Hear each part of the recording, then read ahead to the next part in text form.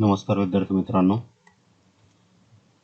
आज आपण science and technology part 2 चा पहिला चॅप्टर स्टार्ट करतोय, हेरिडिटी अँड इव्होल्युशन.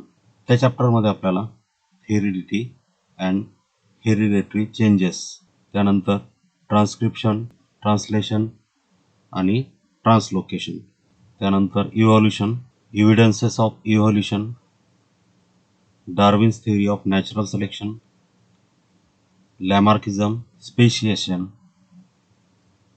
आणि ह्युमन इव्हॉल्युशन एवढे पार्ट आपल्याला कव्हर करायचे आहेत. त्यात सुरुवातीला what is mean by heredity?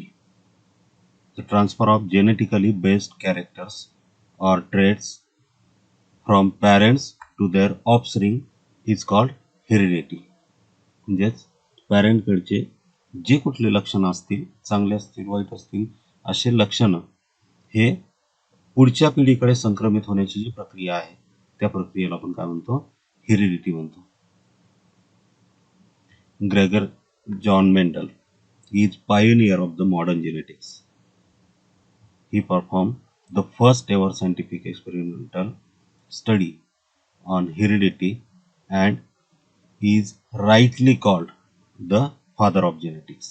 Gregor John Mendel यांना फादर ऑफ जेनेटिक्स असं म्हटलं जातं. का म्हटलं जातं? कारण त्यांनी सर्वात प्रथम एक्सपेरिमेंटली हे प्रूव्ह करून दाखवलं की हेरिडिटी काय असते. ही conducted experiments on P plants. Scientific name is Pisum sativum and studied the inheritance of traits.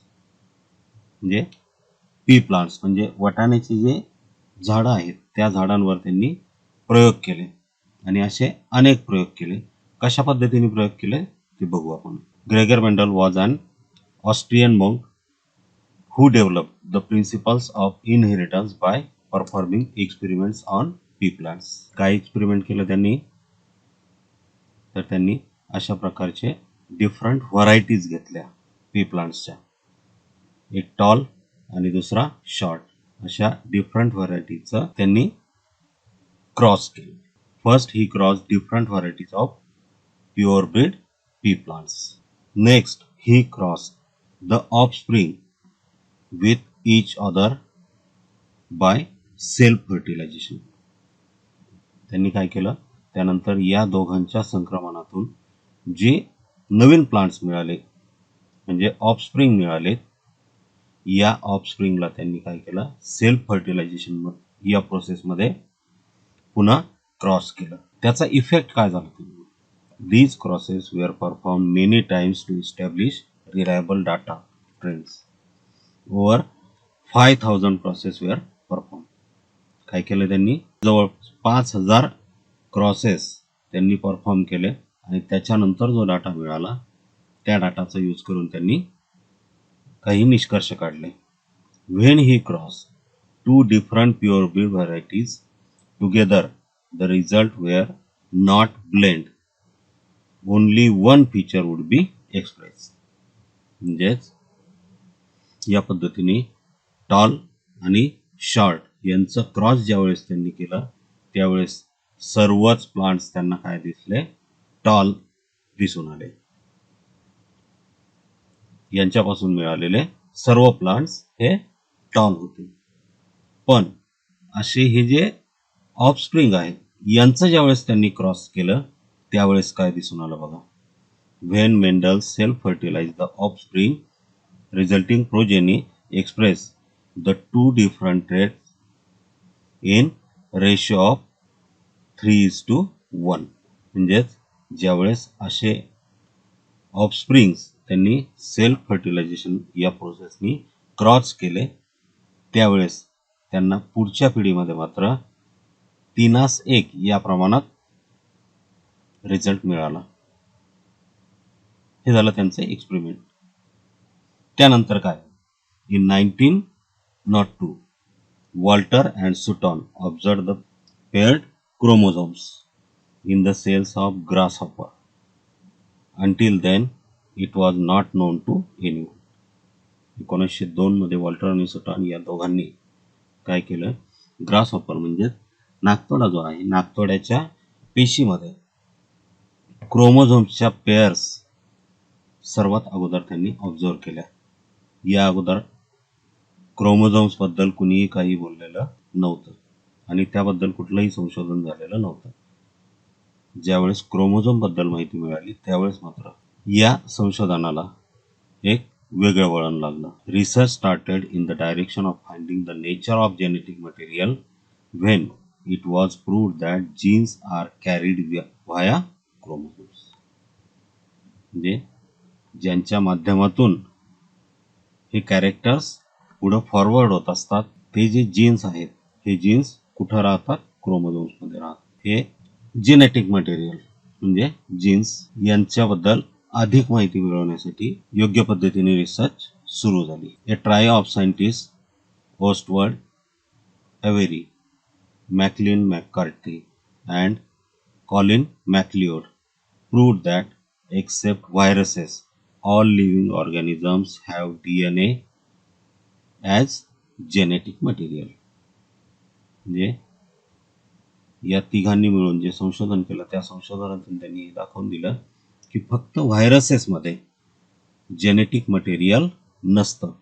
Viruses सोडून जेवढे काही लिव्हिंग ऑर्गॅनिझम्स आहेत त्या सर्व लिव्हिंग ऑर्गॅनिझम्समध्ये DNA असतो आणि हा DNA म्हणजेच जेनेटिक मटेरियलचं कार्य करत असतो. In 1961 the French geneticist François Jacob and Jacques Monod propose a model of process of protein synthesis with the help of DNA in bacterial cells. The science of heredity is useful for diagnosis, treatment, prevention of hereditary disorders, production of hybrid varieties of animals and plants, and in industrial process in which microbes are used. ही जे genetics आहे हा जेनेटिक्सचा अभ्यास आणि याचा वापर कोणकोणत्या ठिकाणी केला जातो. याशिवाय सायन्स ऑफ हेरिडिटी हे कुठं युजफुल आहे याचा विचार आपण करू.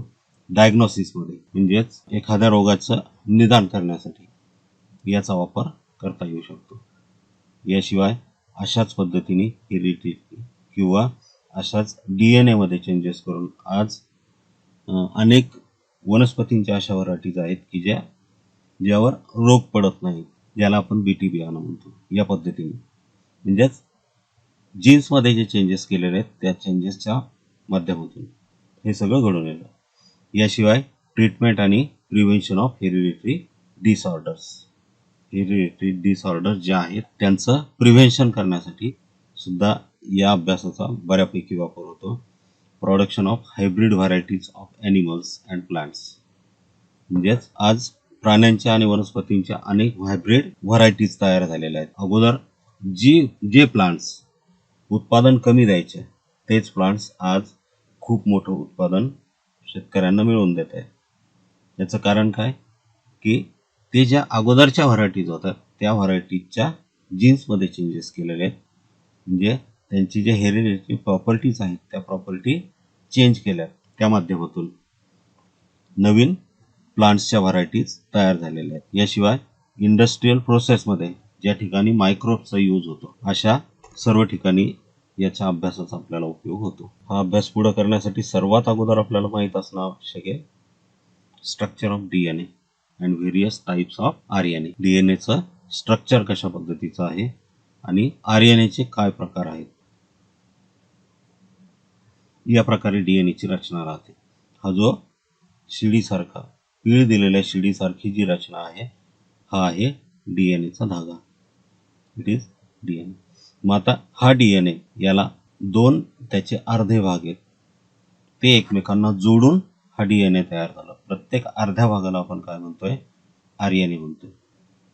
मग या RNAची सुद्धा रचना कशा पद्धतीची आहे याला एक बेस आहे हेलिक्स ऑफ शुगर फॉस्फेट्स.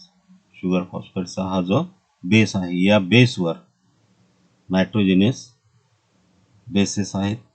त्यानंतर ॲडेनिन, थायमिन, गॉनिन, सायटोसिन, युरासिल यासारखे जे घटक आहेत हे घटक या बेसवर स्थिर असतात.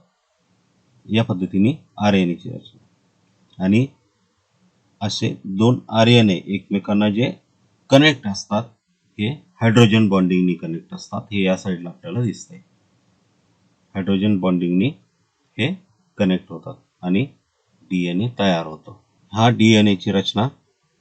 पुढे आहे various types of RNA. RNA चे कोणकोणते टाइप्स आहेत त्यापैकी पहिला प्रकार आहे mRNA म्हणजे मॅसेंजर RNA. दुसरा प्रकार आहे tRNA ट्रान्सफर RNA. त्यानंतर तिसरा rRNA रायबोसोमल RNA आणि snRNA स्मॉल न्यूक्लियर RNA. अशा पद्धतीने RNA चे वेगवेगळे टाइप्स आहेत. त्या टाइप्सनुसार त्यांची वेगवेगळी कार्य सुद्धा आहेत. मग ही जी हेरिडिटरी प्रॉपर्टीज आहेत या प्रॉपर्टीज पुढच्या पिढीकडे संक्रमित होत असताना कोणकोणत्या प्रोसेसमधून हे सगळं होत असतं, कोणकोणते इव्हेंट घडत असतात हे सगळं आपल्याला बघायचं आहे. ट्रान्सक्रिप्शन, ट्रान्सलोकेशन आणि ट्रान्सलेशन या 3 महत्त्वाचे इव्हेंट्स आहेत की ज्यांच्या माध्यमातून ही सगळी प्रक्रिया घडून येते. बघूया आपण. एक छोटासा व्हिडिओ आहे.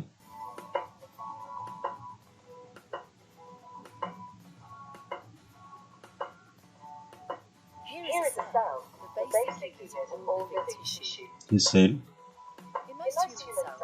सायटोप्लाझम मध्ये हे ऑर्गॅनलीज आहेत. त्यामध्ये हा न्यूक्लियस, त्या न्यूक्लियस मध्ये क्रोमोझोम आहे. हा जो क्रोमोझोम आहे या पद्धतीने DNA पासून हा क्रोमोझोम तयार झालेला असतो.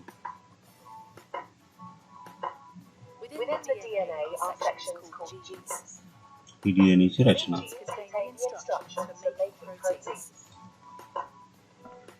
When a gene is switched on, an enzyme called RNA polymerase attaches to the start of the gene.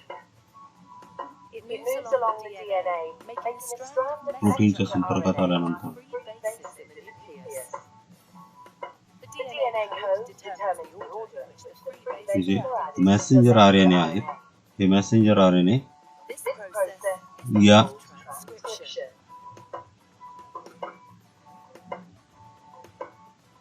Before the messenger RNA can be used as a template for the production ज्यावेळेस process, हा it needs to Messenger RNA तयार होतो त्यावेळेस तो न्यूक्लियसच्या बाहेर येतो आणि cytoplasm मध्ये जातो. the messenger RNA then moves out of the nucleus into the cytoplasm.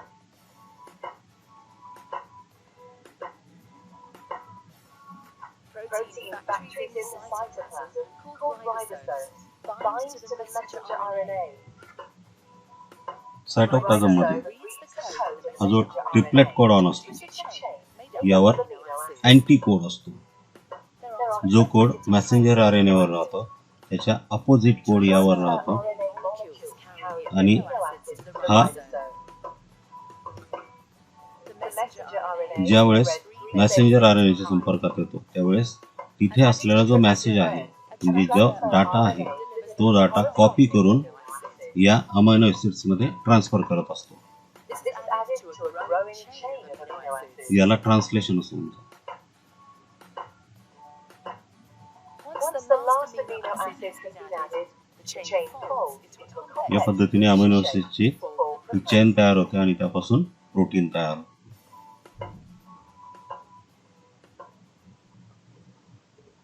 Transcription is the process of copying genetic information coded in DNA into mRNA molecule.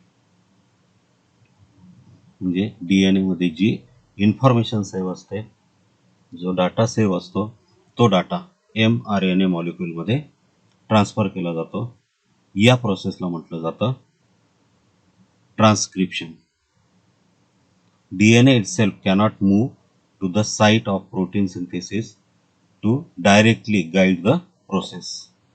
Hence, it transfer to its information to the single stranded mRNA molecule. DNA हा cytoplasm मध्ये जाऊ शकत नाही ही information त्या ठिकाणी copy करण्यासाठी आणि त्याच्यामुळं तो mRNA मॉलिक्यूल मध्ये सिंगल स्ट्रँडेड mRNA मध्ये ही माहिती ट्रान्सफर करतो आणि नंतर mRNA सायटोप्लाझम मध्ये जातो.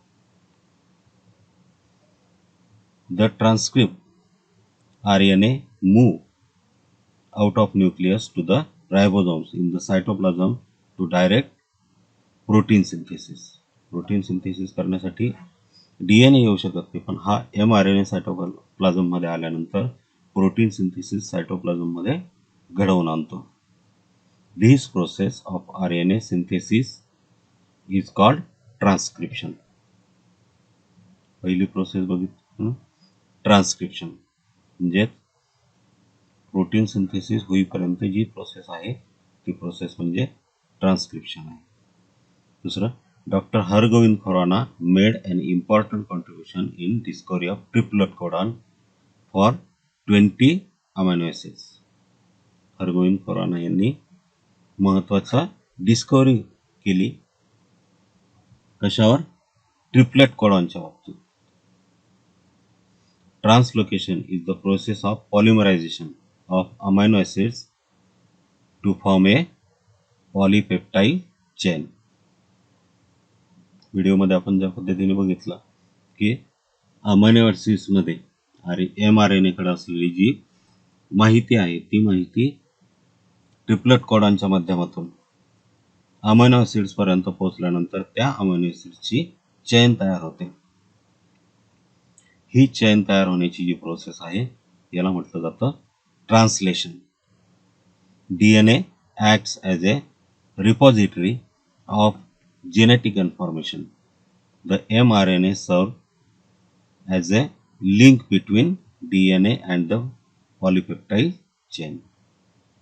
म्हणजे ही सगळी माहिती पुरवण्याचं काम DNA करत असतो आणि त्यापासून पॉलिपेप्टाइड चेन तयार होत असते, म्हणजे अमायनो ॲसिड्सची चेन तयार होते.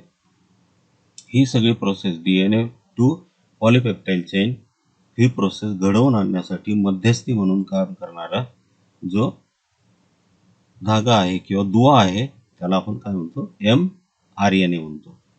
mRNAच्या माध्यमातून हे सगळं घडून येतं. As per message of mRNA, amino acids are supplied by tRNA.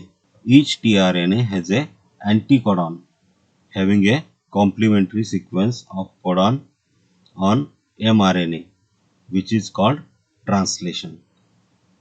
म्हणजेच mRNA वर जो कोड असतो किंवा जी सिक्वेन्स असते त्याच्या अपोजिट सिक्वेन्स ही tRNA मध्ये असते, जे पॉलिमरायझेशन या प्रोसेसमध्ये आपण किंवा ट्रान्सलेशन या प्रोसेसमध्ये आपण पाहिलं आणि या पद्धतीने ट्रान्सलेशन घडून येतं.